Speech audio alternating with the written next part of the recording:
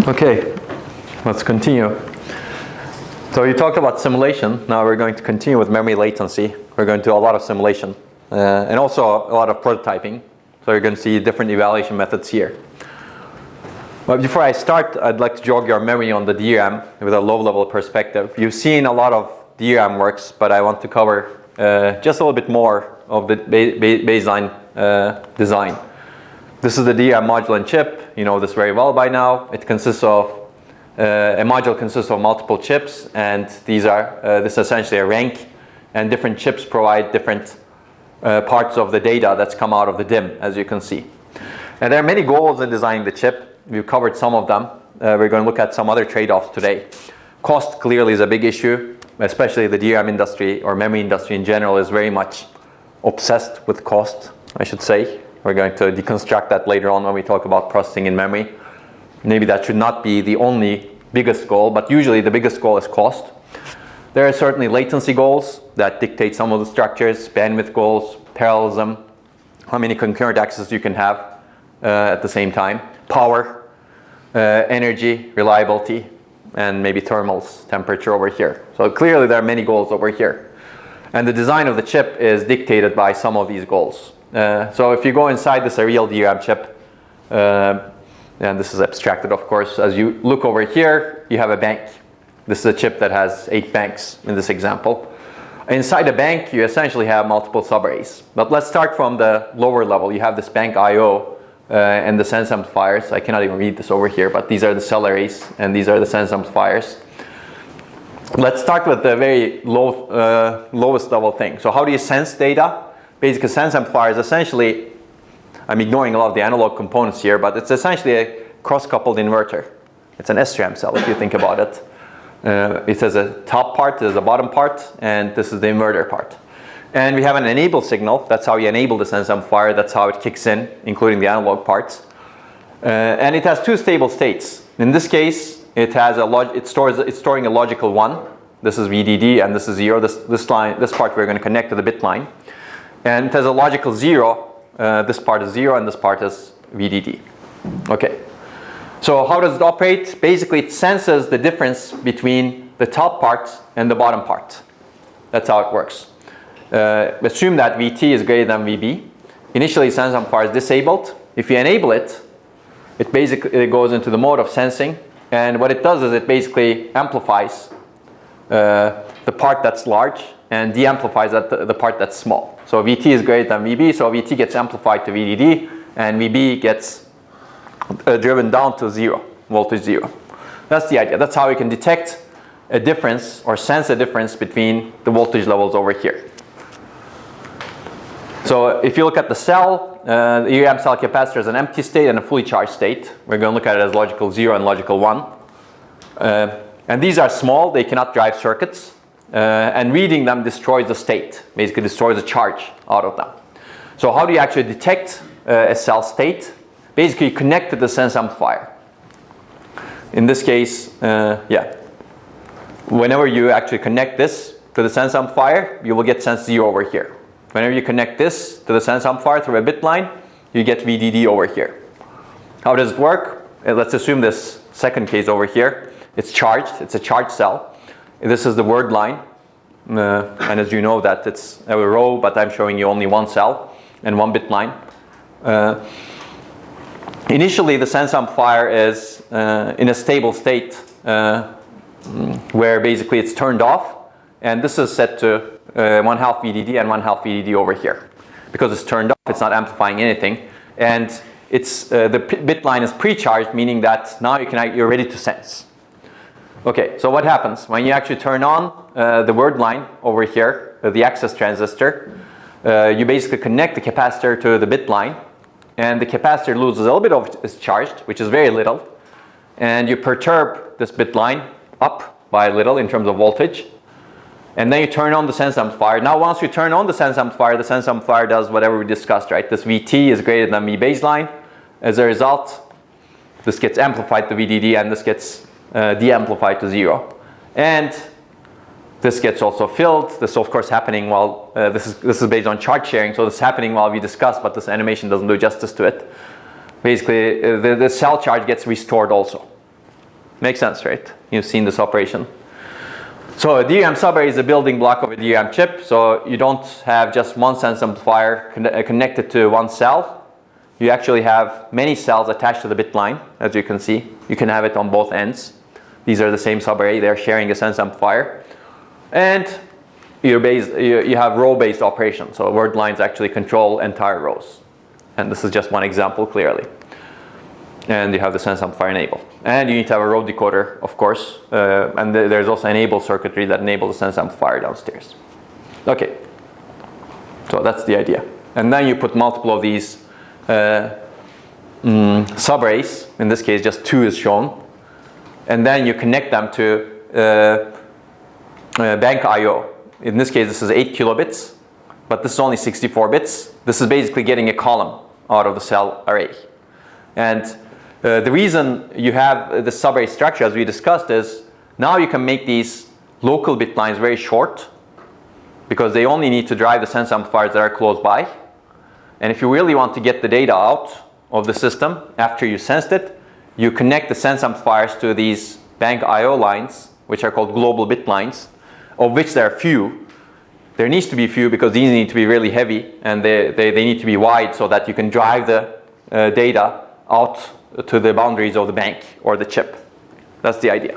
They're not shown here, but you can imagine that there's 64 of them on top of the cell arrays. Does that make sense? And in a bank, what happens is those global bit lines, imagine not just 2 subarrays, but maybe 64 subarrays. That's a bank. Your latency is dominated by this access latency in the subarray, but there's also another part of latency. You need to take the data that's sensed and move it out into the out into the bank I/O. So you need to actually traverse the entire bank to be able to do that. And so people look at different bank organizations to minimize that latency, but we're not going to cover that at this point. Okay, what else do I want to say here? Yeah, basically, as I said earlier, in a bank you cannot operate the subarrays independently, or even mostly independently. So whenever one sense amplifier over here is connected to the global bit lines, another one cannot be connected.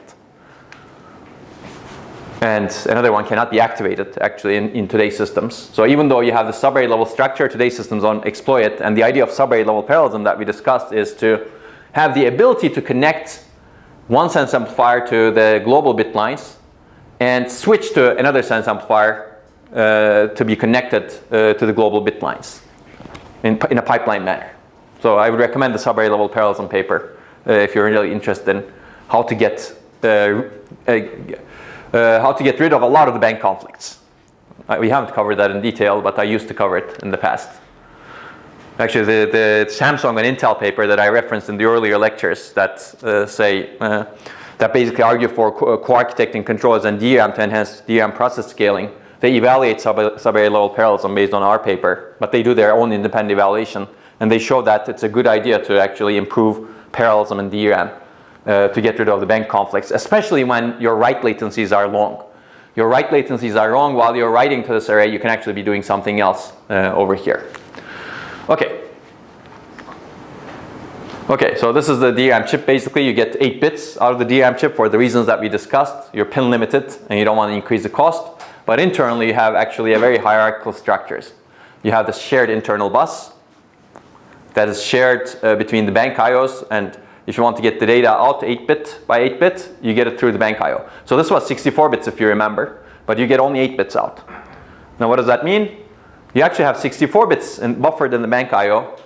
You can get 8 bits out in one cycle, which means that you can get the 64 bits out over the course of 8 cycles. That's the burst mode in DRAM. So you basically prefetch 64 bits inside so that you can put out 8 bits in 8 consecutive cycles. Okay, so this is the operation. You've already seen it, but I'll go over it very quickly. Basically, to be able to read this column over here, you need to first activate the row, supply the row address, which brings the data into the local sense amplifiers over here. Then you need to send a read or write command to the column.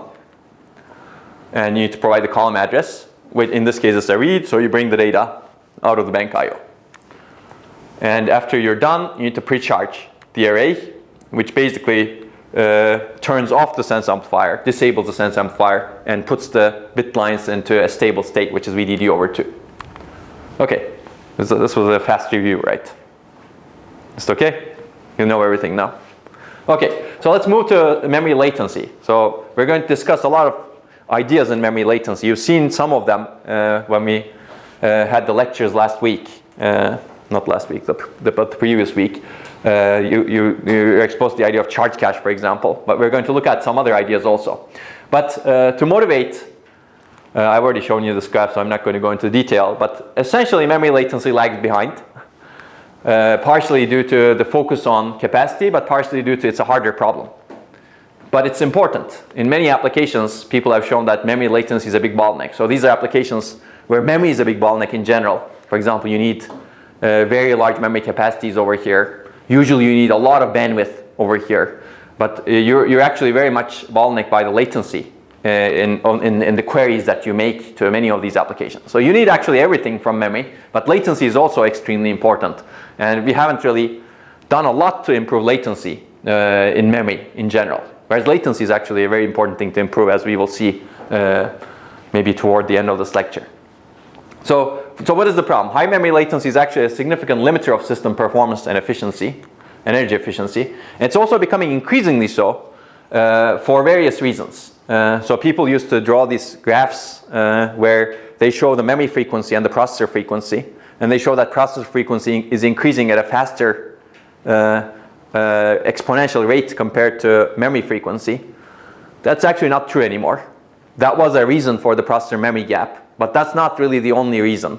Basically, processors have become faster. Yes, operations are becoming faster. Yes. But actually, memory frequencies are also increasing relatively fast today. But today, there are other reasons why memory latencies are increasing, because you're getting higher memory contention in multi-core and heterogeneous architecture. So we can put many cores, and they contend with each other. As a result, latency effects become compounded. And we're going to look at that more when we talk about interference. This exacerbates the bandwidth need. And this exacerbates the quality of service problem also. Also, if you actually have long latencies, this increases processor design complexity, because you need to incorporate mechanisms to tolerate the memory latency. We're going to discuss some of them later on, but I like using the slide where this was from my PhD dissertation actually. That's why it has the UTECE over here with the Longhorn. I think Minesh will empathize with that. But basically, this is a slide that I put up saying these are the conventional latency tolerance techniques. Caching, prefetching, multi-threading, and out-of-order execution. Well, we've covered a lot of caching. We're going to cover more prefetching. We may cover some multi-threading, depending on the time we have. And we've covered out-of-order execution a lot in digital circuits, for example. And these are all techniques that are widely employed in existing systems. And you can see that they were initially all developed in the 1960s. It's very interesting, old ideas. But they've been actually improved quite a bit compared to their state in the 1960s. And these are all interesting, certainly, but they're all there to actually tolerate memory latency. So caching, for example, you need to bring the data into the cache, and then you can use it maybe. Prefetching, you need to bring the data from the processor, from memory into the processor. Of course, there are cases where these work and they don't work. We're going to talk about that also. Multi-threading, for example, you can tolerate the latency of a single memory access by doing other stuff in the other threads. And out-of-order execution tolerates cache misses that cannot be prefetched, basically. You can actually tolerate the latency of a cache miss by doing other things in the same thread in parallel. So there are upsides and downsides. But if you look at them, none of them really fundamentally reduce the memory latency at the source. They do reduce, for some of these examples, like prefetching or caching, they actually reduce the memory latency from the processor from the perspective of the processor. The processor sends a request, and it's already in the cache because somebody prefetched it. So the latency experienced by the processor is reduced, yes, but the real latency to bring that data from there to there is not reduced. Somebody actually hid that latency. That prefetcher that you put over there did all the work to bring the data from there to there, so it incurred the latency such that the processor itself doesn't incur the latency. That's the idea over here. In some other techniques like multi-threading, the latency is actually exposed.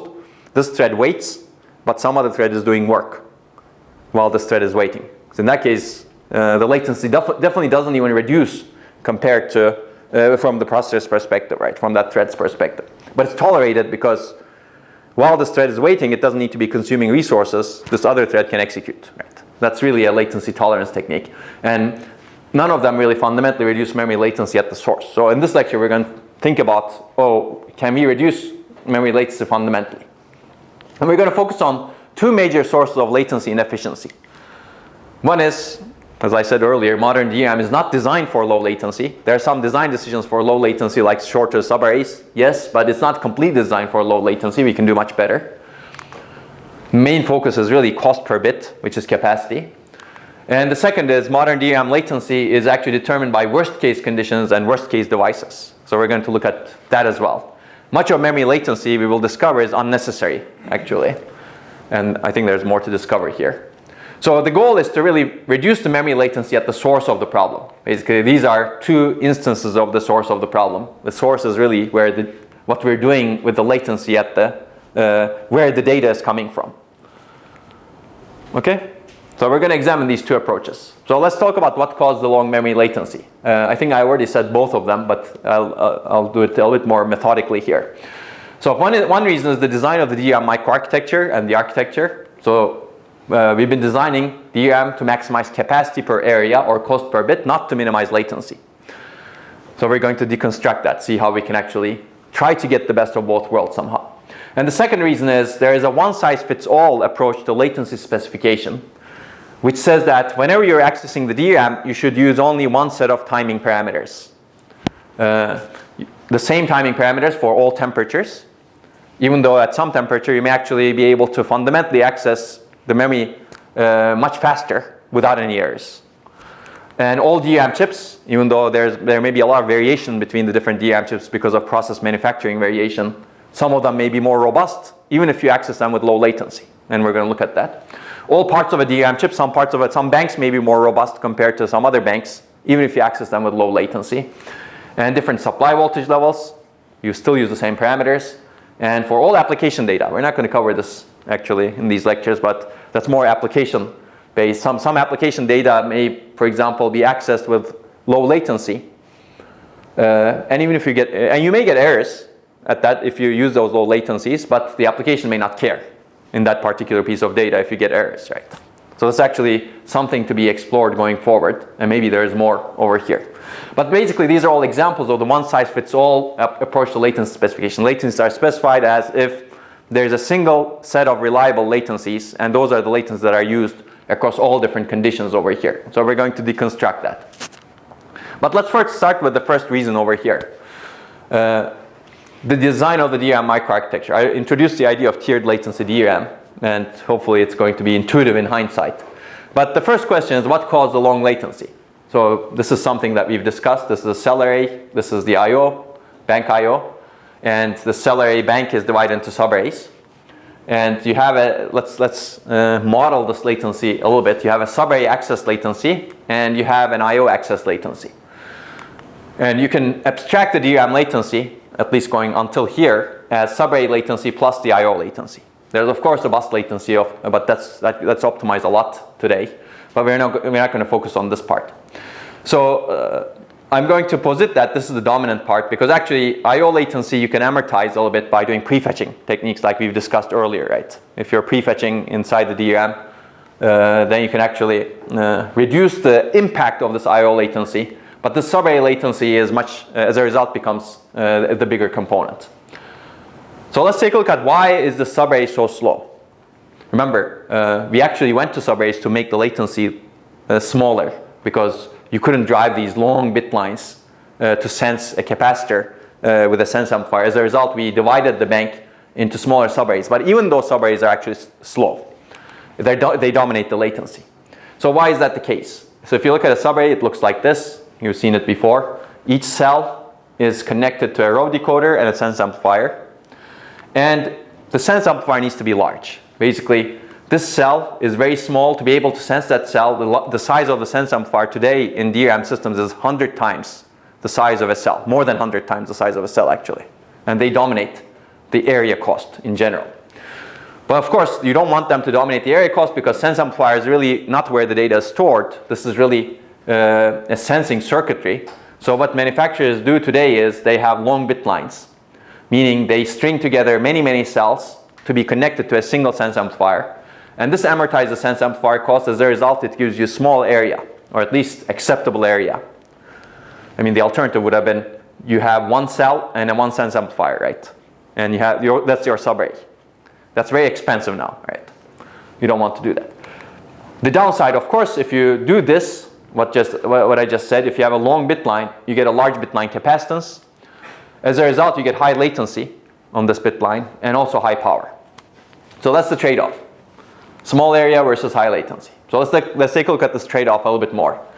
Basically, there's a clear trade-off between area, die size, versus latency. So you can actually make the cost or area cheap or larger by having long bit lines. Have more capacity by having more lit lines. If you want to make actually this faster, you fundamentally need to chop it into different bit lines and have different sense amplifiers. And that leads to higher area, as you can see, right? This is the same amount of storage, but this is higher area. And this doesn't even do justice because the sense amplifier is not more than 100 times the size of a cell, as you can see. And if you want to make things smaller, you should really go toward this direction. So a clear trade-off is between area and latency. And let's take a look at this trade-off. This is latency on the x-axis, and this is the normalized DRAM area on the y-axis. And there's a trade-off curve that looks like this. Basically, you're cheaper as you go down the y-axis, and you're faster as you go left on the latency axis, x-axis. Modern DRAM makes the trade-off over here. Remember, they're optimized for cheapness, capacity. They make the trade-off over here, let's say 512 cells per bit line. It could be 1024 also. You have a long bit line. As a result, you're slow. There's some fancy DRAM that exists that makes the trade-off over here. You can buy this in the market. They're called reduced latency DRAM, for example, or fast cycling DRAM. As a result, you get low latency, or relatively low latency, but your area increases, and as a result, your cost goes up significantly. So you can pay an arm and a leg for these devices. And actually, they're used. There are cases where these DRAMs are needed. Very fast routers, for example, usually use these DRAMs, and they pay for it. But they're not used in general in any of the commodity devices that we use today, because they're expensive, basically.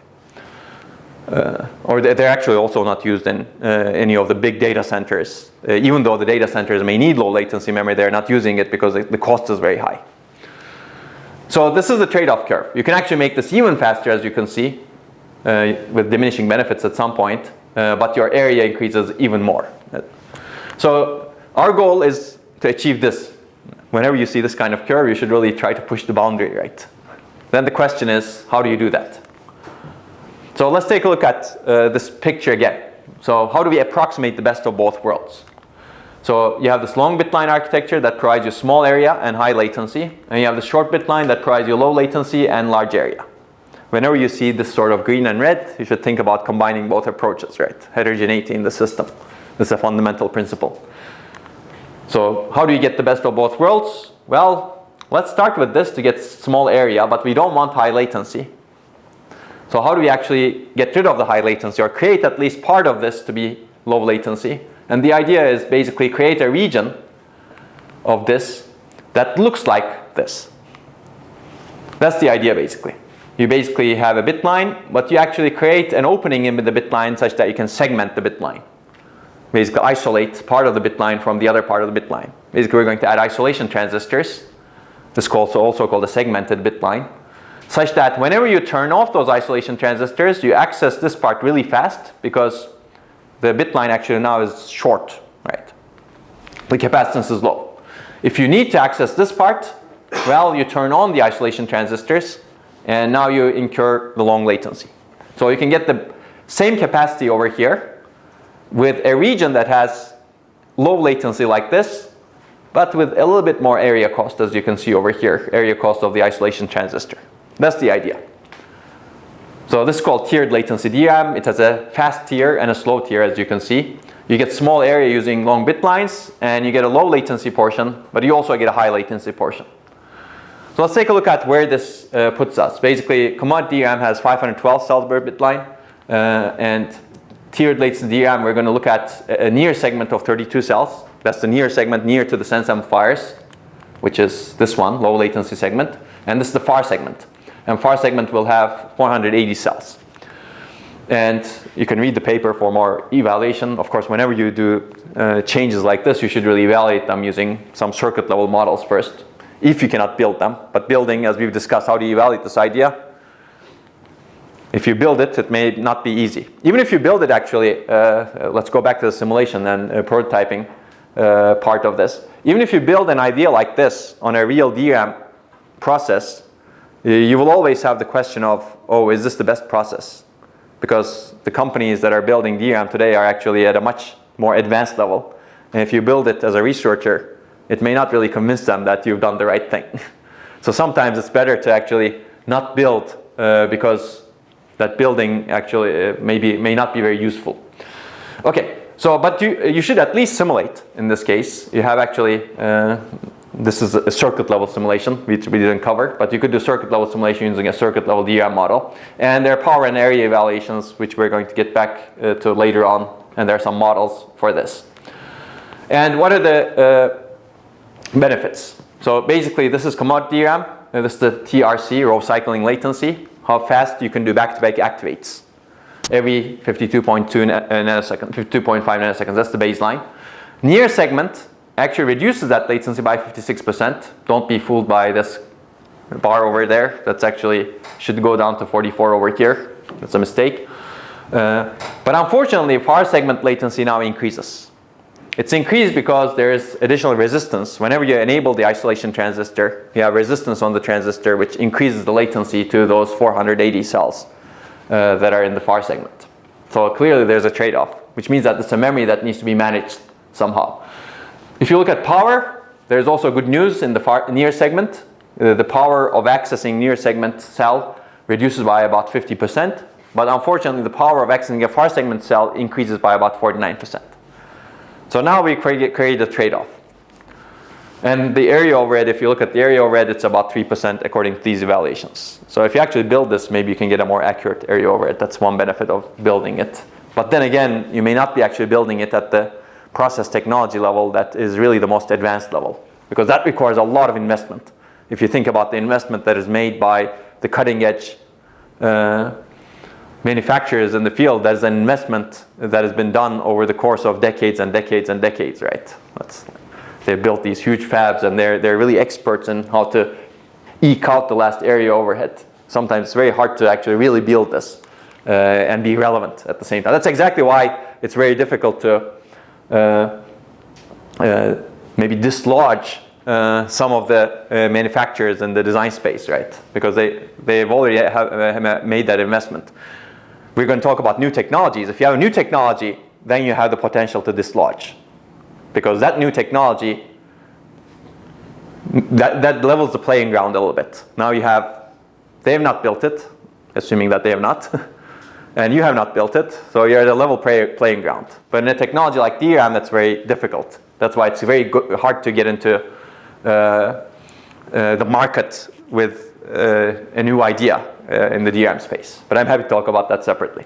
Okay, anyway, so where does this take us? As researchers, you can actually propose these ideas, and actually someone can take it and build it themselves. And that could be very useful for whoever is using these systems. So let's take a look at where this brings us. So this was our trade-off curve. Ideally, you would like to be somewhere here, right? As we said, actually here. Our goal was here. Near segment puts us over here, which is very nice. Unfortunately, far segment pulls us back. And the cost is about 3% higher, as you can see. It's a little bit higher than the baseline. So now we have a memory that we need to manage. How do we get the benefits of the near segment while avoiding the downsides of the far segment? So how do you do that? Well, this is a substrate. If you can think about it, your near segment is really a substrate that could be managed by the hardware and or the software, maybe both. There are many potential uses, and the paper examines some of them. I'm going to give you one of the very basic, very simple uses, and even that's going to improve performance. One idea is to use the near segment as a hardware managed inclusive cache to the far segment. Basically, far segment is your main memory. Near segment is really just a cache to it. And it's not exposed to the programs as near memory. So you lose some capacity, but hopefully you gain some performance. Or if you don't want to lose any capacity, near segment can be managed as a hardware managed exclusive cache, meaning that all of this is your main memory, but sometimes you migrate a row from here to here, or swap. As a result, you can actually get the same capacity that you would have, but by moving maybe frequently accessed or recently accessed rows to the near segment. Yes? But wouldn't you maybe just be mirroring the L3 cache then or something and then you wouldn't gain anything? So that's a very good question. Basically, the answer is no, because L3 cache, it could be big, yes, but this is doing caching at a larger granularity. First of all, it's a much bigger granularity, let's say 8 kilobytes, as opposed to L3 caches are usually, let's say, 64 bytes, 128 bytes, 256 bytes. So first of all, your granularity is larger, and also this could be a larger cache as well. And also you could manage L3 as in an exclusive way potentially, right? But that complicates things. So basically, it is adding another cache level, but you want to make sure that that cache level is still useful. Okay.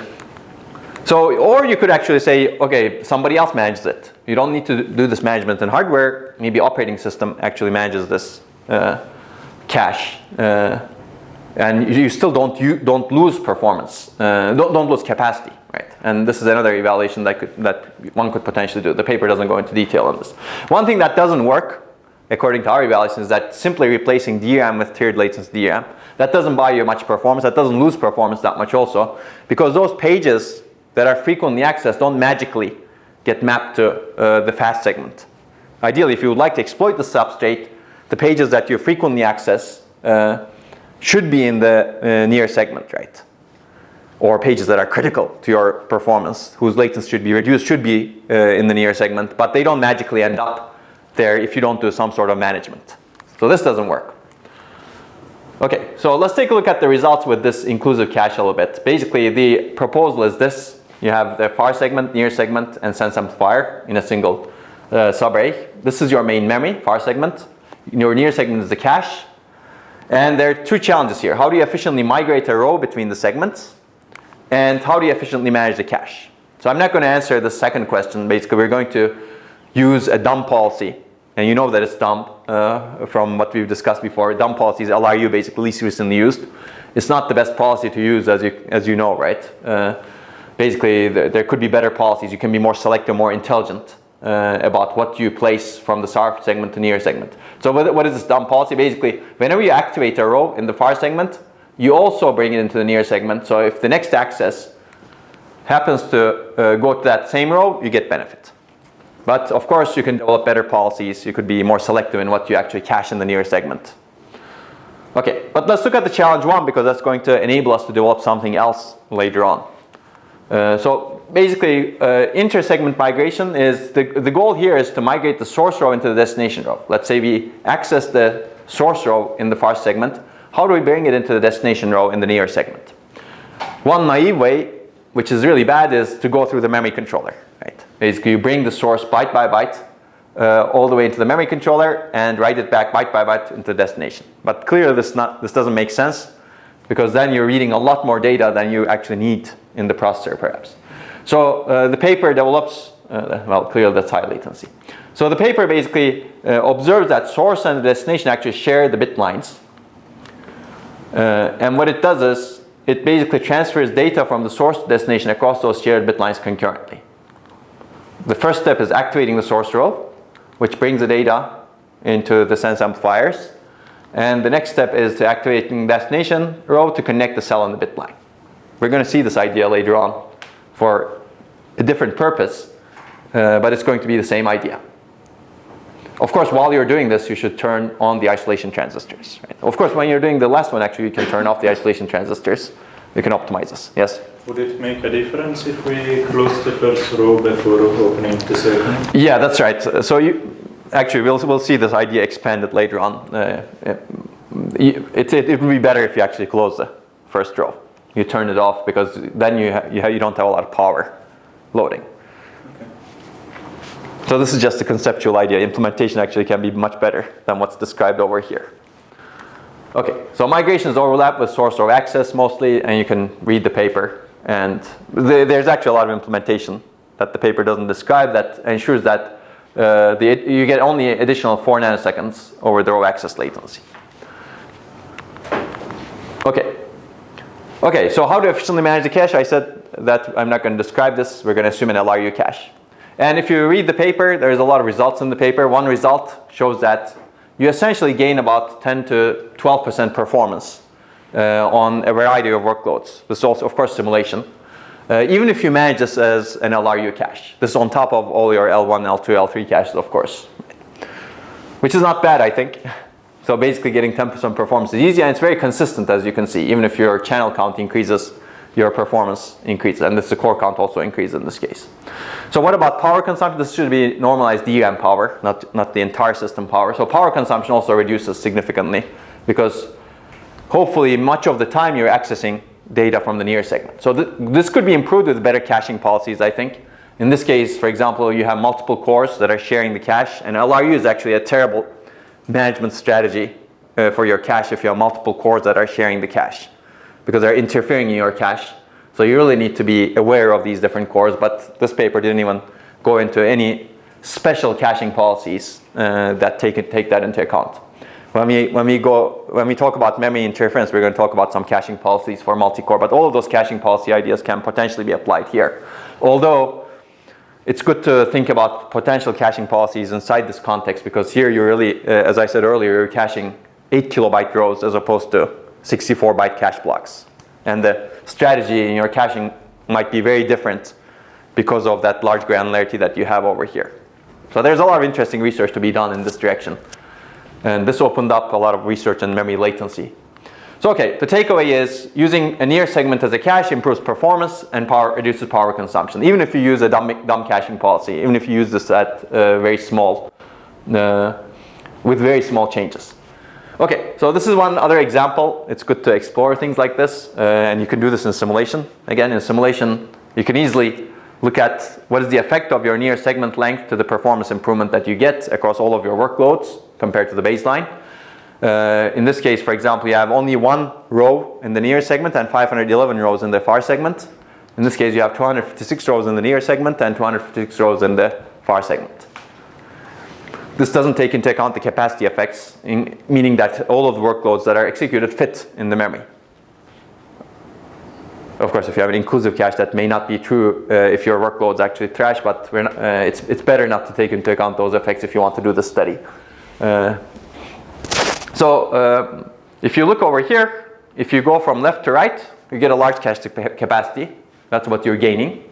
But what you're losing is you get a higher cache access latency. And you can see the balance over here. This is not the best. This is not the best. And the best point, if you really want the exact best point, appears somewhere over here. It's basically 32 rows in the near segment. But of course, if you're really designing this, maybe you choose some other point.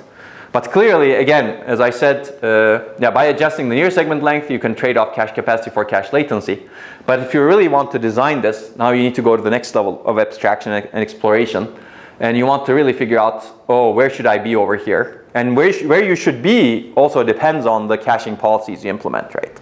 Maybe you don't do LRU over here, but you do something more intelligent.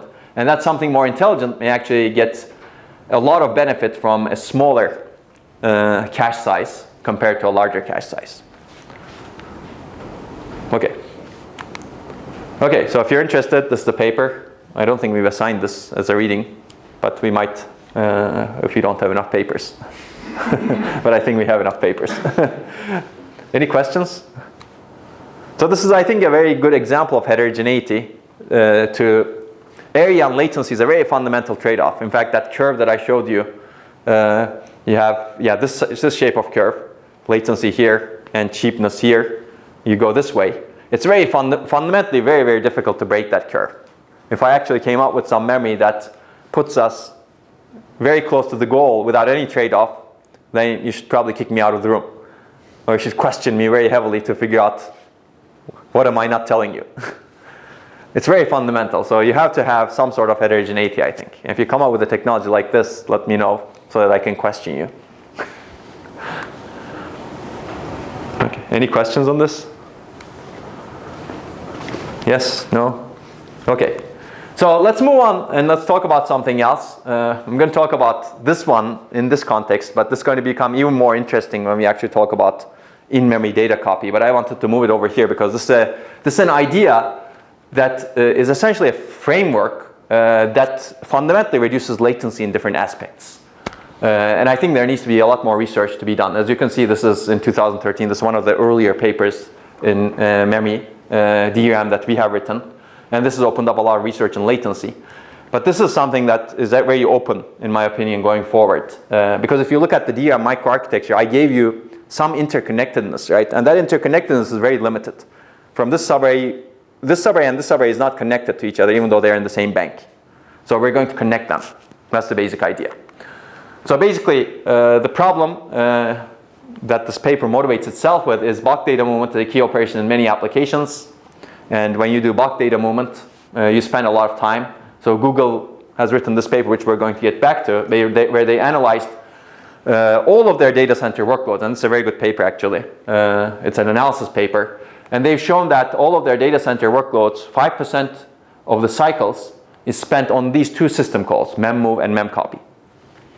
And they say doing this inside the DRAM is a good idea, referencing one of our other papers, RowClone, which I'm going to talk about later on. I'm not going to introduce it over here. But I'm going to, the basic idea is to reduce that bulk data movement somehow. So how do we do the bulk data movement today? If you want to, let's say, move this page to this other page in memory, what do we do? This could be 8 kilobytes, let's say. This is what we do basically. Okay, hopefully the animation will work by itself. Okay, it's working. You basically wait. I think this would have been more powerful if we had more than 5 of these. But imagine this is 8 kilobytes divided by 64 bits. You're going to wait a long time, right? That's a lot of movement. So you get low latency and high energy. So can we do it inside the DRAM? So let's take a look at DRAM. DRAM consists of banks. A bank looks like this, basically. A bank is divided into subarrays. And that's what you've shown over here before. And you have an internal data bus connecting subarrays. This is the basically 64 bits data bus. You can think of it as the global bit line. Subarrays cannot be concurrently connected to it in the existing architecture. But basically you have a low connectivity. Essentially, yes, you have 8 kilobytes, but if you want to move some data from this subarray to this subarray, you're back to square one, which is 64 bits. Right? It's no different really from what I just showed you over here. This 8 kilobytes, you go through the 64-bit channel. Yes, maybe you go a little bit further over here. In this case, same thing, in this case it says kilobits, but if you think about the larger system, it could be kilobytes also. Basically, you have the same problem. And the fundamental problem is, if the source and destination are in different subarrays, you're not able to move the data fast between the subarrays because of that low connectivity. And this low connectivity is usually a problem. If you think about latency issues, usually they're because of connectivity problems. As we saw earlier, when we looked at the tiered latency DRAM, you have a connectivity problem, right? That interconnect is very long. Here, if you want to move data from one place to another, that interconnect is not wide enough. So we're actually solving some problems with interconnect, if you think about it. We're going to have a lecture on interconnects later on, which is very fundamental again. People always have this debate. Is memory more important or is interconnect more important? My answer is that they're both the same. Memory needs to have some storage, but it also needs to have interconnect. And your latency is dominated by actually interconnect in some cases. We're going to see some technologies where the latency is dominated by the cell access itself, but that's going to happen later on. So this interconnect is very fundamental. You need to make it either short or wide. And width actually enables more bandwidth, as you can see. Basically, the idea here is to provide a new substrate to enable wide connectivity between the subarrays. So then the question is, how do you do that? The idea is low-cost interlinked subarrays. The goal is to have fast bulk data movement between the subarrays. And the idea is very simple. You want a wide data path via isolation transistors. So if you have this subarray and you want to connect it to the subarray, Remember those isolation transistors that we had before? Extend the bit lines with isolation transistors such that these subarrays get connected. Very simple. I'm going to go into a little bit more detail. So it turns out doing this is not just good for data movement between subarrays, but many other things. Let's take a look at one example. One is a fast bulk data copy. So it can actually reduce the copy latency from more than 1 millisecond to 0.1 millisecond or so. And that leads to significant speed up and energy. Of course, it depends on the workloads you evaluate with. Because if you think about it, if you actually move the data through the memory channel, that memory channel becomes busy and no other application can use it. Right? If you're doing it between these two different subarrays, any application that needs to access memory can use the memory unless it really needs to access these subarrays, right? Or this bank. So that's why you get significant speed ups and energy reduction. Yes? So is that speed up now just for these 5% memory movements, or is it in general? No, this is actually some applications that do a lot of copy. So we didn't have access to those workloads. Google, that was more of a motivator. That 5% is very small if you think about it, but it's only the memmove and memcopy system calls. So we actually looked at the applications where there's a lot of data movement. And those are the applications where you would like to see the benefits of this. Okay, so that's one example. So, but if you have a substrate like this, you can do other things. In DRAM caching, I'm going to talk about that. The speed up is not as high over here, but maybe you could do better caching policies. That's always the case. So for example, you could have one subarray that's big, long bit lines, and another subarray with short bit lines. And now you can move data from this subarray to this subarray. Very similar to tiered latency DRAM in a sense, except you're doing it at the subarray level, not at within subarray level. And then you can reduce the access latency in this subarray with short bit lines from 48 nanoseconds to 21.5 nanoseconds. And that leads to, with some caching policies, some speed up. I believe you can improve these speed ups. And the other thing that we're going to talk about is you can actually reduce the pre-charge latency of a subarray. Because now if you think about this, this subarray is connected to this subarray's pre-charge structures, sensing structures, and also this subarray sensing structures. And you can actually pre-charge the subarray by driving from both sides. And that actually reduces the pre-charge latency by a lot. So it's very interesting substrate, I think. And I think there's people who really need to think out of the box this way, thinking about what else can we add in the internal connectivity of memory, because this is an area that is really not explored as much from my perspective. Okay, actually I haven't seen a lot of work. Okay, so basically how do you use this? Let's say you want to move one row to another. You move a row of data in an activated row buffer to a pre-charged one. So you need a new command. And that's what the paper introduced. It's called row buffer movement, for the lack of a better name. Basically, okay, let's say you want to, you've activated some row in this subarray, and you already have this subarray pre-charged, and the isolation transistors between the subarrays are turned off. If you issue this, this is what the bit line structure looks like. This is VDD over here, and this is VDD over 2. Assume that. Let's say we issue this command, row buffer movement from subarray 1 to subarray 2. What does this command do? It basically turns on the isolation transistors between the two subarrays. Because of charge sharing, now this bit line over here and the sense amplifiers actually just drive the bit line over here. As a result, you lose some charge, you gain some charge, and the sense amplifiers here turn on and you amplify the charge. As a result, both become VDD. And what has effectively happened is the data values in these sense amplifiers are now captured in the sense amplifiers of the other subarray.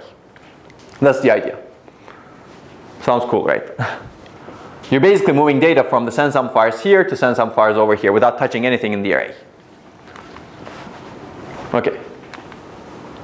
So now another interesting question is, do you want to do this just between two neighboring subarrays, or actually can you do a row buffer movement? Whenever you do a row buffer movement, it enables isolation transistors over here, and here, and here, and here. You could do that potentially, but you know the downsides of that. Now you're enabling a much longer bit line across the bank, and that may not be a good idea. So this paper actually limits the range of this row buffer movement. If you want to move data across more than 3 subarrays, you want to use multiple RBMs. Basically, you could do this based on the SPICE simulations without actually increasing latency that much. But if you want to move data from this subarray to subarray 4, then you first move the data from here to here, and then from here to here. you do multiple RBMs. And if you think about a bank having, let's say, 128 subarrays, this substrate enables you to move data between any subarray, but it requires more hops. Now we're getting into interesting interconnects, right? So you could actually have a much more sophisticated interconnect here, but that comes at a bigger cost. Okay, so this is enabled basically. And yeah, as if you can see, if you want to see the paper that actually validates that this doesn't violate the timings that we want based on simulations. So what does this give you? Basically, this gives you 4 kilobytes of data movement in 8 nanoseconds with some guard band added to it. And actually, this could be made better in my opinion, but in this example, we are conservative with a very large guard band. The bandwidth that you get is 500 gigabytes per second internally between the subarrays, which is 26 times the bandwidth of a pretty high bandwidth DDR4 channel. That's 2400, that's the frequency of the DDR4 channel. So this gives you an idea of, actually, if you have wide connectivity inside here, you can actually have much higher bandwidth. And we're going to exploit that in many ways when we talk about processing in memory. But don't get stuck with this number. I think this number can be made much higher if you reduce the guard bands. And we're going to reduce the guard bands in the next ideas that we are going to examine. And the area overhead, this is always a question. We estimate it's 0.8% based on some other paper. But this is always very hard to determine. This is the case where I would really like to have a DRAM chip to be implemented. If anyone is interested in that, let me know. Okay, you're interested in that? Okay, maybe not. Okay, so let's take a look at these applications very quickly. This rapid inter-subarray copying, the goal is to efficiently copy a row across subarrays.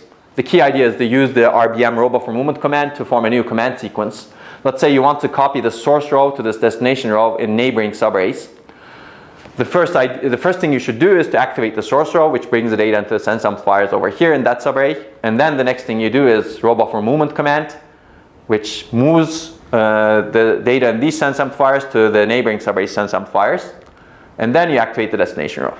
That's how you get one source row's data to a destination row's data.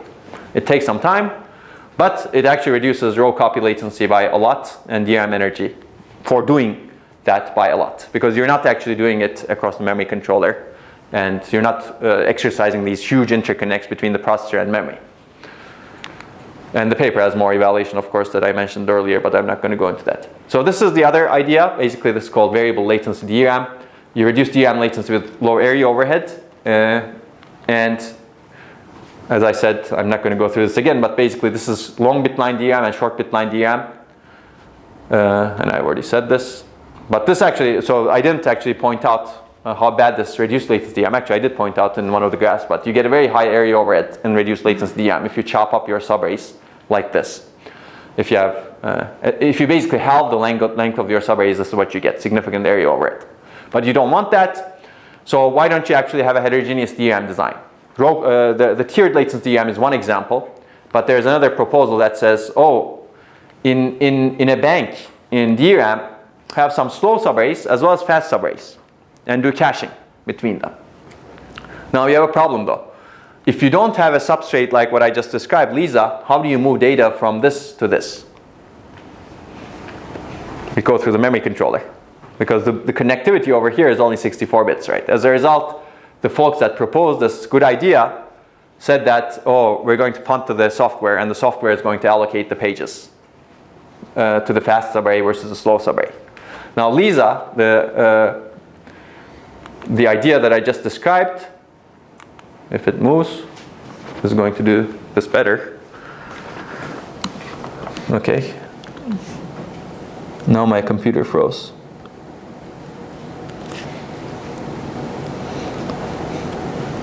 Okay, that's interesting. Maybe it's just my PowerPoint.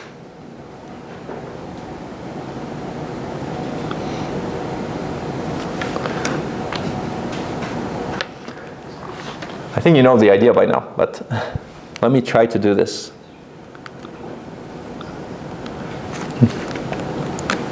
Microsoft PowerPoint is not responding, so I'm forcing it to quit. It did quit. I'll ignore. You can think of some questions to ask maybe. There was a problem with PowerPoint. Yes, right, I know. It's interesting that it tells you the obvious, right? Okay, we're almost back there. And then we're going to take a break after this Lisa. Okay, we're actually here.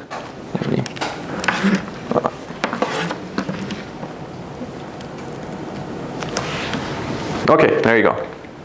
That was faster than I thought. You need low latency recovery from faults.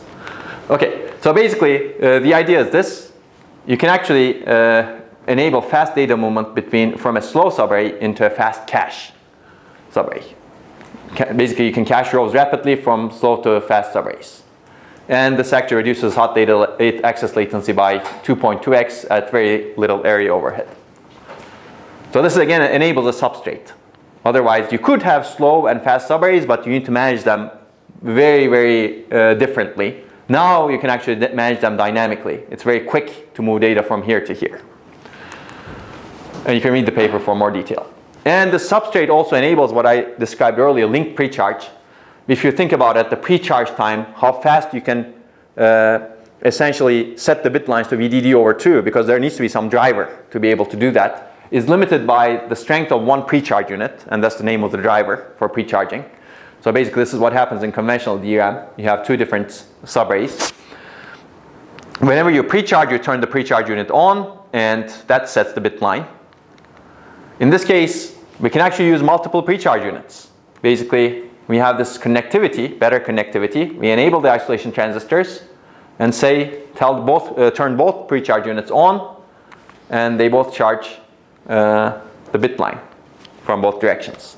And that way, you get a much faster precharge. According to our evaluations, you can actually reduce the latency by a lot.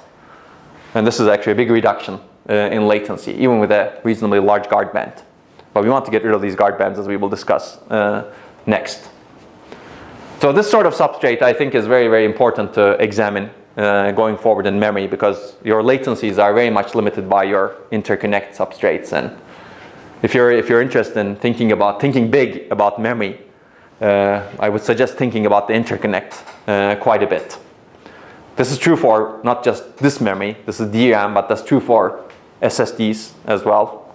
A lot of issues in SSDs happen because of that interconnect. That's true for phase change memory and emerging technologies that we will discuss. They'll always be limited by the interconnect.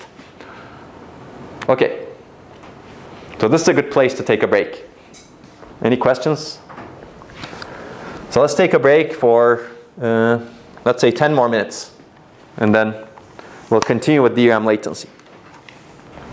Okay, now let's jump into the next big cause of the long DRAM latency. We covered the first part, the design of DRAM microarchitecture, and I've given you two examples, actually three examples of how you can reduce the latency. One is tiered-latency DRAM, the other is these low-cost interlinked subarrays targeting interconnect problem, and also creating these regions of caching with different subarrays, different size subarrays. That's another example. But let's take a look at the other reason. This reason I call the wastage. Basically, you're wasting a lot of latency because of the way we think about latency, we approach latency. If you think about it, both of the reasons are actually mindset problems. And it's always good to identify mindset problems. Here, there's a problem with the mindset. The mindset is capacity per cost per bit, cost per bit, cost per bit, and that narrows down the thinking that you may have. Once you break out of that mindset, actually, there's a lot of innovation that you can provide. Here again, there's another mindset problem. Mindset is, oh, we have one set of timing parameters, and that's how we approach the latency specification with. If you break out of that mindset, again, there's a whole world to explore and a lot of potential benefit to get. So we're going to break out of that mindset and question this approach, one-size-fits-all approach to latency specification. It's always good to keep questioning toward these directions, and if you come up with another reason, it's good to push toward that direction as well. So how are we going to tackle this fixed latency mindset? It turns out the reliable operation latency in memory is actually very heterogeneous across temperatures, chips, parts of a chip, voltage levels, whatever you have it. And the idea, the overarching idea that we're going to think about is, can we find out and use the lowest latency one can reliably access a given memory location with? And ideally, you would like to do this dynamically, perhaps, if it's not doable statically. So we're going to look at dynamic approaches. But we'll start with a static approach to begin with. Dynamically meaning during online operation, right? If you remember, Minesh talked about Reaper, for example, online profiling mechanisms to figure out dynamically what should your refresh rate be. We're going to try to do something similar for latency. And if you can do this dynamically, avoid a lot of issues like aging and wear out that may not be easily avoidable if you only have a static profile. But let's start with the static one. So we're going to talk about several ideas, and we're going to look at a lot of analysis data. And these are not the complete set. Actually, I'm going to talk about one recent idea that Jeremy presented recently at ICCD also. So basically, if you would like to do this, we would like to find the source of latency heterogeneity and exploit them to minimize latency. So the basic idea is very simple. There is heterogeneity in latency, and why don't we find them out and exploit them? If you think about tiered-latency DRAM, we were creating heterogeneity in an architectural level. Here we're going to exploit the heterogeneity that's inherently present. So why do we have heterogeneous latencies? Why do we have latency variation in memory chips? Basically, one of the reasons is heterogeneous manufacturing and operating conditions leads to latency variation in timing parameters. Assuming, let's just take a look at the manufacturing conditions. So basically, this is latency on the x-axis, and this is where DRAM chips fall on the y-axis. On this axis, basically. If you look over here, this DRAM A it can be operated with low latency, and this DRAM C has to be operated at high latency for reliable operation. But if you also look within a DRAM chip, there's a distribution. It may not exactly look like this, but some cells are fast, some cells are slow. So if you look at within a DRAM chip, this is what you get. There are some slow cells and there are some fast cells that can be operated correctly at low latency. So why is latency high today? Because the DRAM latency is really the delay that's specified in the DRAM standards. It doesn't reflect the true DRAM latency. This is some agreed upon standard, a contract between the memory manufacturer and whoever is controlling that memory, right? Who writes a controller. Basically, the controller should know what timing parameters it should use to send the commands. And they agree upon a latency, and they say, okay, we're going to both obey this, and the controllers are not going to violate it. If they're violated, there's nothing that's guaranteed. But this doesn't really reflect the true device latency, because what goes into this contract is a lot of margin, first of all, and also a lot of politics that we're not going to get into over here, because there needs to be a body that needs to standardize these things. And whenever you have a body that standardizes these things, there are humans that get involved, and they have all kinds of motivation, especially if they have companies and they want their company to succeed. As a result, you have this interface that's dictated by many, many other reasons than, let alone scientific reasons, but also they don't even take into account basically how fast you can operate this memory. Okay, but if you have imperfect manufacturing process, you have a lot of latency variation, and as a result, you get a picture that looks like this. Across different DRAM chips, you have a lot of manufacturing variation, and within a DRAM chip, you have variation in latency. That's true for retention time also, as we discussed, right?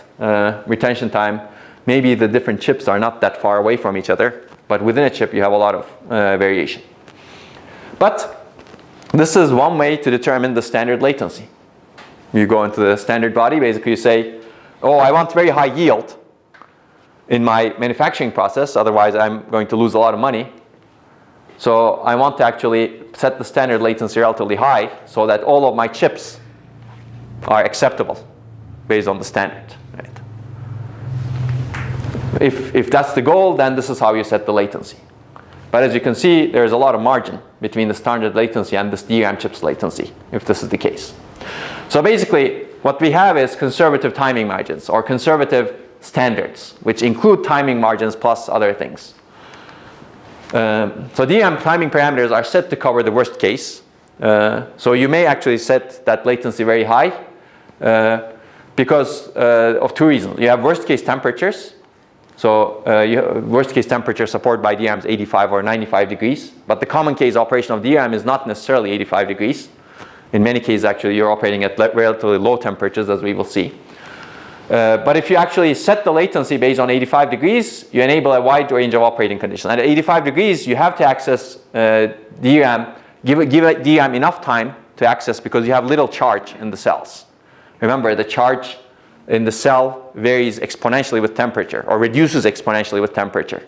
At 85 degrees Celsius, you have much lower amount of charge, meaning that you have you need to wait for longer for that charge to actually get to be sensed correctly by your sensing structures. So if you set your latency to be high, then you cover both cases. Worst case devices, this is what I said earlier. Basically, you want to set the DRAM timing parameters such that it covers the DRAM cell with the smallest charge across any acceptable device, the previous picture. That enables you to tolerate process variation at acceptable yield, so all of your chips pass the latency tests, right? And that leads to large timing margins for the common case as a result of these two things. So we're going to tackle both. So let's try to understand and exploit variation in DRAM latency to begin with. Any questions so far? Okay, people are still awake? Okay, so I'm going to go through this relatively fast because we've seen this many times. DRAM stores data as charge. There are 3 steps of charge movement. You first sense. Whenever you activate, you first sense in the sense amplifier, and then sense amplifier kicks in, which restores the charge, and then you need to pre-charge the array. So you basically deal with a lot of charge in all of those operations because DRAM is charge-based memory. And you've seen this before when Hassan presents charge cache, for example. I'm going to go through this again with a different purpose. Basically, you have the sense amplifier, initially VDD over 2, and you have cell initially charged, let's say. And this is the margin. If cell is over here, you say that it's data value 1. If cell is over here, you say it's data value 0. And there's a margin in between, noise margin it's called. So if you activate the cell, this is what happens. Basically, cell is over here. It basically shares charge with the bit line and the sense amplifier. And then after some point, sense amplifier senses it and kicks in. It gets enabled. And it drives the cell back into the state it was in. And this means that the cell gets restored at this point. In theory, you need to wait that long. In practice, because of the timing margins that we've discussed, the parameters are set to be this way. So there's a huge margin, basically. Even at high temperatures, there's a large margin, actually, because DRAM manufacturers cannot predict all of the effects, so they add margin right, on top of this. So why do you need the extra timing margin? There's process variation, as we've discussed, and there's temperature dependence. So one is DRAM cells are not equal, and you know this from refresh. And this leads to extra timing margin for a cell that can store a large amount of charge. So ideally, you would like to have manufacturing that looks like this. Same size, same charge, same latency. But this is what we're stuck with today because manufacturing is not perfect, and it's not easy to make it perfect. You get different size, different charge, different latency, which means that you have a large variation in cell size. You have the smallest cell and the largest cell. Let's take a look at these cells. I'll call them smallest and largest. But it's really about charge storage and charge variation and how resistant you are to charge. So large variation in charge, which means that you have large variation in access latency. So let's take a look at the cell bits. This is a DRAM cell. It looks like this kind of, and this is how you access through the contact, through the access transistor. You get connected to the bit line. Okay, that's the capacitor. So where does variation affect? So cell capacitance is very much affected by the process variation, the shape of this structure over here, how much charge it can store. That's very much affected by process variation. And this is one of the hardest things to control, especially in the capacitor. Contact resistance is also affected very much by the process variation. Sometimes this contact is very resistant, which really goes against excess latency because you need to overcome that resistance, right, for the charge flow. And transistor performance, that also affects your latency. How well does this transistor conduct, for example? And if it's slow or fast, that affects your latency significantly. And of course, there are effects on the bit line also, but we're not going to get into that. So basically, all three affect your latency. So I'm going to, a defective cell, a cell that needs to be accessed slowly, can be defective in all of these, right, or one of these. I'm going to call those as small cells. Basically, small cells can store small charge, which means that they may have small cell capacitance, high contact resistance, and slow access transistor. And the opposite, as a result of this, they may have high access latencies. And the opposite of this is a large cell, which has none of these. So it can be accessed with low access latency. Okay, so that's one reason you get extra timing margin, because cells are not equal. There's also temperature dependence. And we know very well that DRAM leaks more charge at high temperature. And this leads to extra timing margin for cells that operate at low temperature. So if we look at this is room temperature, it's cool, it's hot temperature, it's red. In room temperature you have small leakage. Here you have large leakage, which means that you're starting at a very small charge state to begin with, which means that you need to give things some time to actually access them reliably and sense them reliably. That's what I just said, actually. So you have large variation in access latency between these two different temperatures that's independent of the cell size. Okay, so the problem is the DRAM timing parameters are dictated by the worst case. The smallest cell with the smallest charge in all DRAM products operating at the highest temperature. Now that puts a lot of margin to the common case. And what is that timing margin? We'll take a look at that in a little bit. Like what is the extent of it? So the key idea of this work is very simple. You optimize DRAM timing for the common case, not the worst case. What is common case? Current temperature, current DRAM module. So why would this reduce latency? Because of what I said earlier. A DRAM cell can store much more charge in the common case compared to the worst case. Because in the common case you have low temperature, hopefully, and strong cells. More charge in a DRAM cell leads to faster sensing, faster charge restoration, and faster pre-charging. We're going to take a look at a couple of these in a little bit. As a result, you get faster access, including read, write, refresh. So basically, you can sense cells with extra charge faster. This is called, which enables lower sensing latency, which means that your activation latency can be reduced. There's no need to fully restore cells with extra charge. This is called lower restoration latency, which means that your restoration latency can be reduced. And actually, this has enabled other works on partial restoration of charge. Maybe you don't restore the charge fully, but partially you restore. And if you're going to get refreshed soon, then that's good. That partial restoration is good enough, right? And pre-charge is the last one. You don't need to fully pre-charge bit lines for cells that already have extra charge, right? Basically, we can reduce the margin for cells that can tolerate that reduction in latency, because some cells can comfortably operate with low latency because they already have a lot of charge to begin with. So that's the idea, basically. Don't operate the cells that are strong at the same latencies with the cells that are weak. That's the key idea. Very similar to actually refresh-related ideas, but in a very different way. So basically, with this infrastructure that I shown you before, we measured a lot of latencies, and as I said, this is openly available. And you can talk to Hassan, Minesh, and other folks who are working on this. So if you measure with this infrastructure how much you can reduce latencies, let's take a look at what you would get. So this is typical DIMM at low temperature. You have more charge, you have strong charge flow, and you have faster sensing as a result. So if you actually reduce the TRCD by 17% across 115 DIMMs, multiply that by 8, you almost have 1,000 chips in this, you get no errors. And this is average reduction that you would get. There's a distribution, of course, across different chips, but you can look at the online data that we provide associated with the paper if you're really interested in that distribution. So on average, you can reduce the timing, TRC activation latency by about 17%. And that's the reason. So this is another observation, reducing the restoration time. This is again typical DRAM at low temperature. You have less leakage, which means that you have extra charge, which means that you don't need to fully restore the charge in this case. You have a lot of charge to begin with in low temperatures. So again, this is another characterization that we've done. If you reduce the TRAS and T-write recovery latencies by this amount on average, you get no errors. Of course, in some chips you can reduce it by 10% only because of process variation. In some chips you can reduce it by 80%. That's how you get the average 37%. But they all operate correctly at the point you reduce these. And we've actually run this for I think 30 days or longer, and you see no errors in these chips. Of course, these are operating at low temperature. We're going to get back to temperature. Any questions? Yes? So low temperature means room temperature or even lower? It's 55 degrees Celsius. Yeah, not room. Yeah, room temperatures, if you go to room temperature, it's even better actually, or latencies.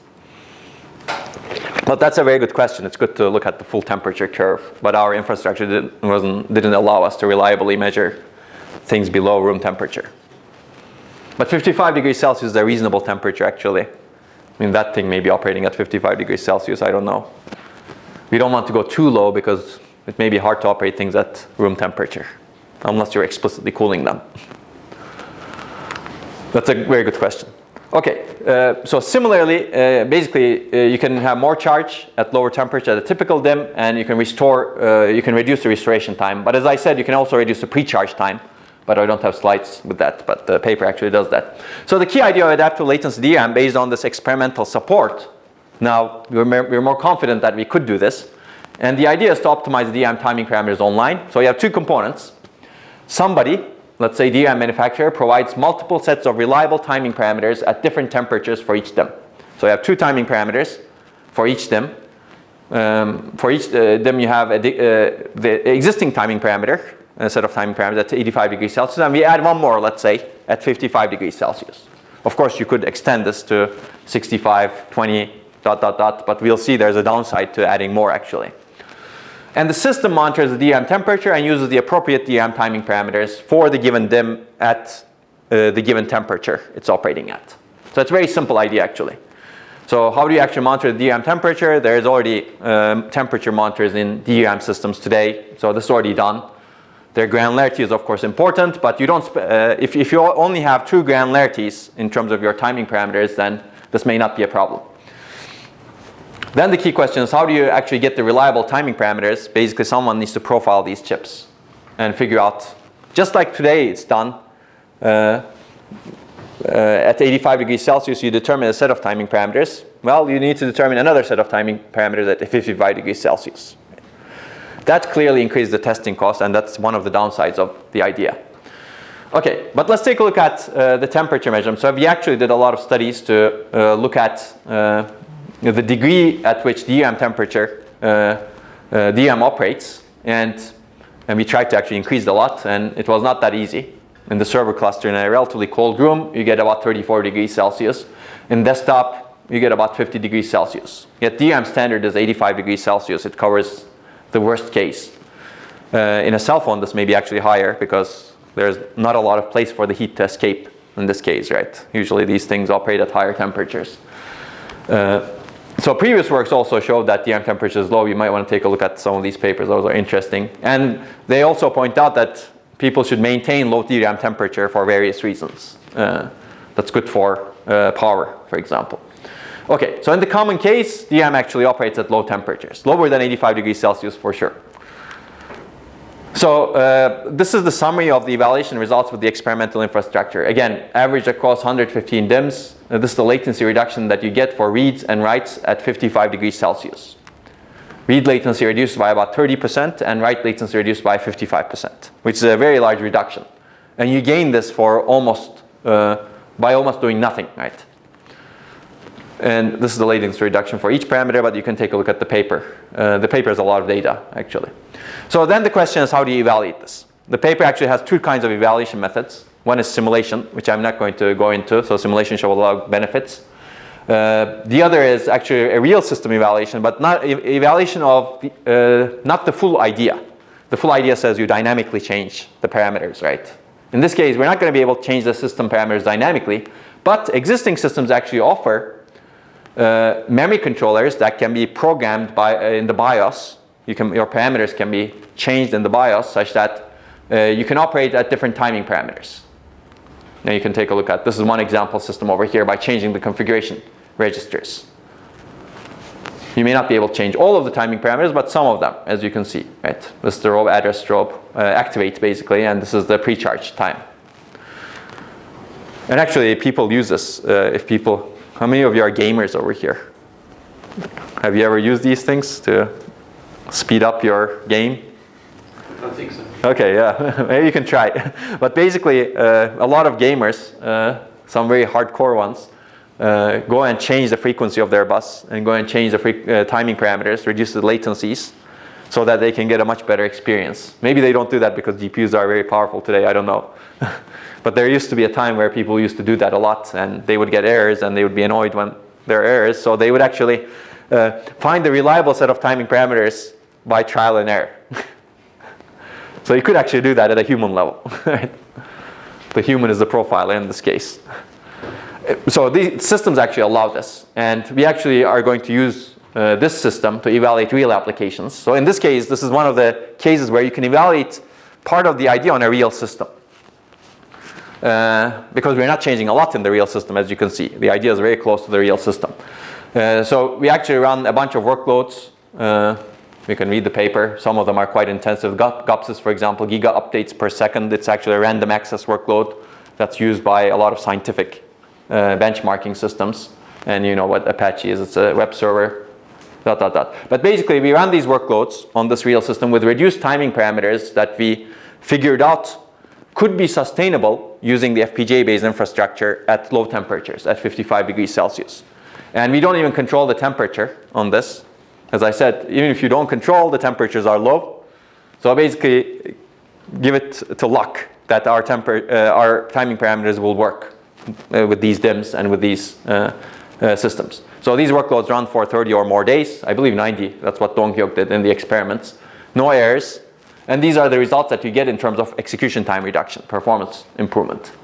It's about, well, for memory non-intensive workloads, of course, you don't care. Latency is not that big of a bottleneck. But for memory intensive workloads, the single core, you get about 6%, 6 to 7% performance improvement, which is a very sizable improvement on a real system. You almost do nothing, right? And GUPS, you can see that improves about 20%. And this is averaged across 35 workloads, but this is a subset of the workloads that are shown over here. The paper has more detail. Now, of course, memory becomes a bigger bottleneck if you actually put more cores. And this is the multi-core evaluation. Now, your latencies become more important because multiple cores are running, let's say, 4 copies of each of these applications. And as a result, your performance improvement is a lot more significant. It's 14%. Average across 35 workloads on a real system. And no errors again.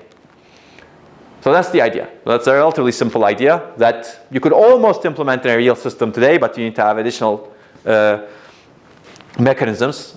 You cannot do it in out-of-the-box systems that are out there. Does that make sense?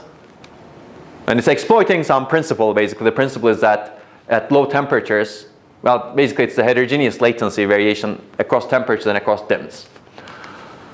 Okay, so it turns out, yes? So what exactly is the thing we can't do right now with out-of-the-box systems? Yeah, so basically what you cannot do is you cannot change the latencies dynamically. At least it may be possible in some memory controllers, but that's not exposed to the system today.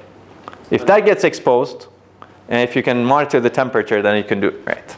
And the evaluations were with just static? Exactly. Basically what we did was, you run the workload, you don't even control the temperature, but temperature is mostly stable in a reasonable room.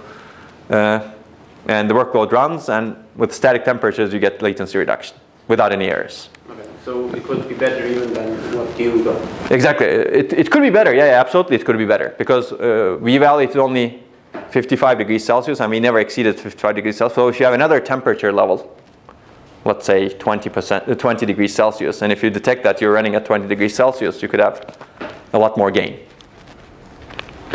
Yeah, but we are lacking programmability in the memory controller. We're going to talk more about that later on.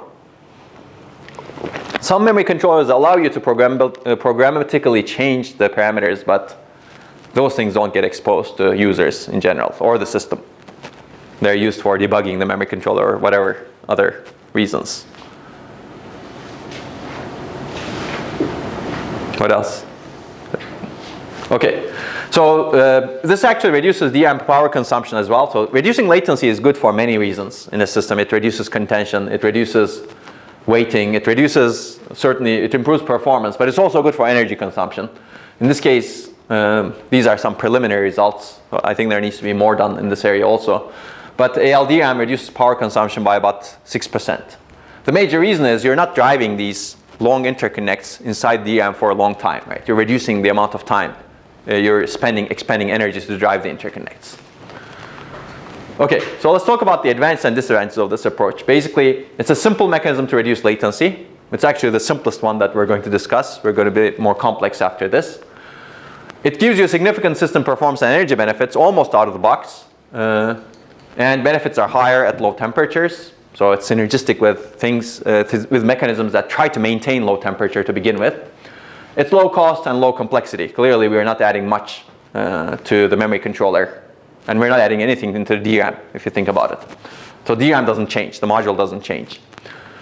Of course, there's a disadvantage, and somebody needs to profile for latencies. You need to determine reliable operating latencies for different temperatures and different DIMMs, which inevitably increase your testing cost. In this work, we said that DRAM manufacturer should do it. And I think it's not an unreasonable thing for DRAM manufacturer to do, because they're already doing it for high temperatures. They just need to add another temperature level, which does increase the testing cost, no question about that. Whenever you add something else, that does increase the testing cost, but there's no free lunch also in the world. Okay.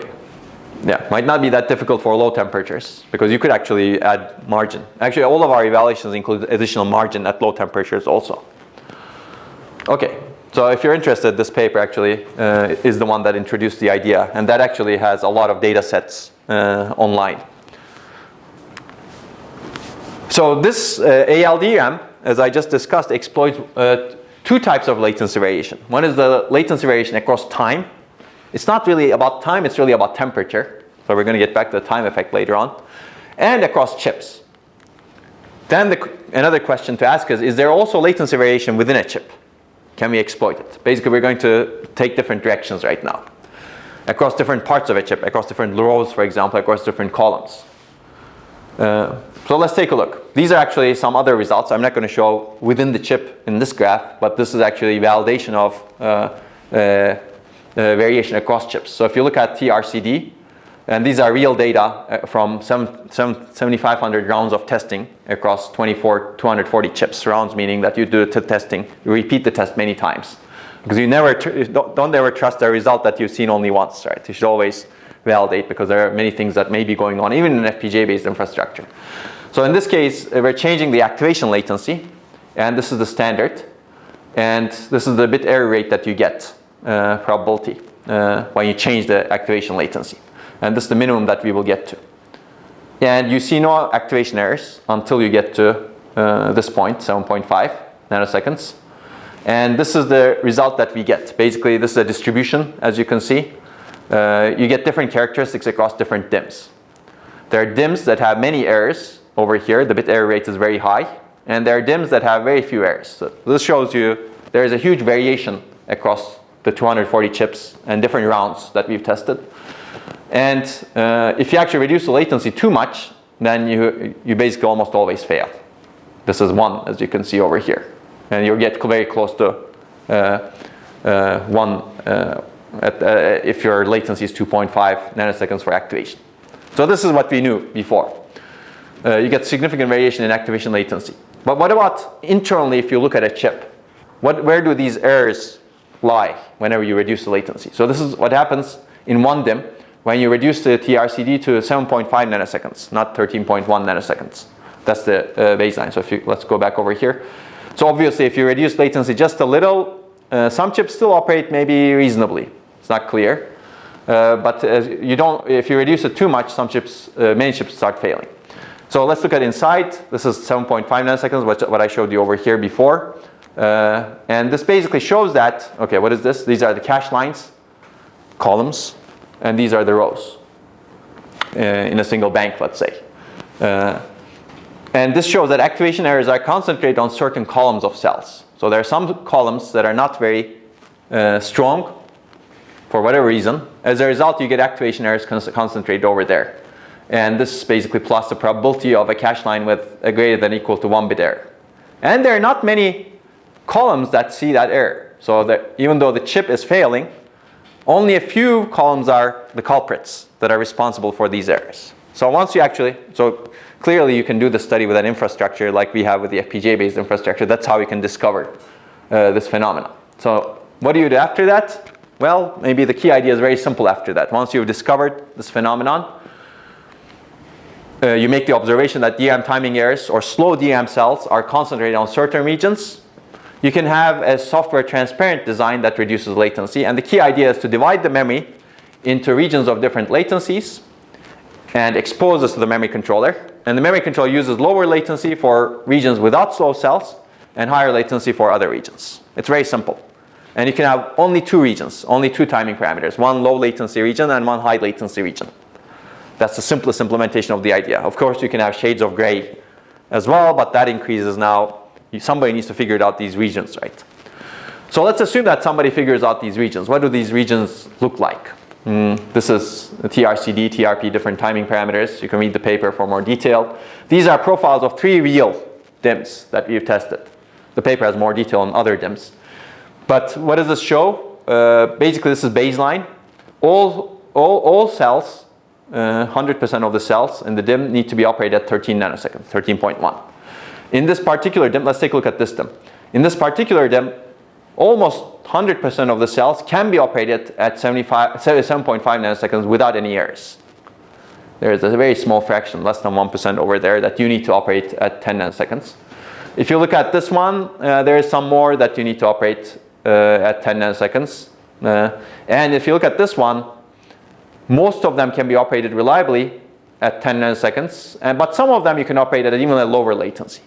So this is the idea. You can actually, you don't need for any of these DIMMs basically no cells require 13 nanoseconds to operate. There's a huge margin in the activation latency, as you can see. So once you know that, maybe you can expose this to the memory controller, and the memory controller actually accesses the low latency regions with low latency and high latency regions with high latency. That's very simple.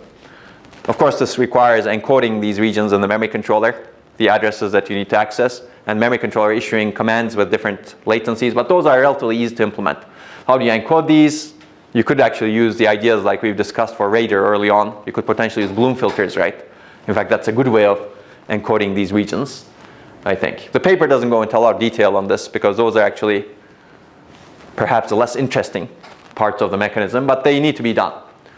So, okay, this is basically the fraction of fast cells. And this is the upper bound. If you think about the upper bound, well, upper bound could be 0 nanoseconds, of course, but this is a close upper bound to this. Close upper bound meaning all of the cells are operated at low latency, 7.5 nanoseconds.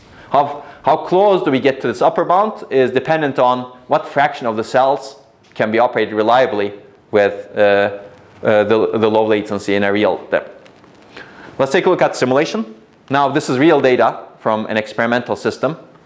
Now you can feed this real data into the simulator, and the simulator knows exactly where the low latency and high latency cells are, and we can run a bunch of workloads, and we can determine how much performance improvement we get compared to the baseline that uses DDR3, which looks like this, basically. It uses 100% of the, for 100% of the cells, it uses 13 nanoseconds. Yes?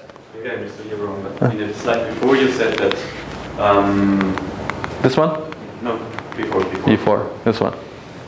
Before more, this one, yes. Here you said that slow cells are concentrated in columns. Mm-hmm. But if you have to read your activation is per row, so how do you... you need to find out which row is not slow, right? Exactly, yes. So you could do that also, because if you look over here, So if you look over here, it's also in the rows, right? Some rows actually don't get any errors, regardless of the cache line.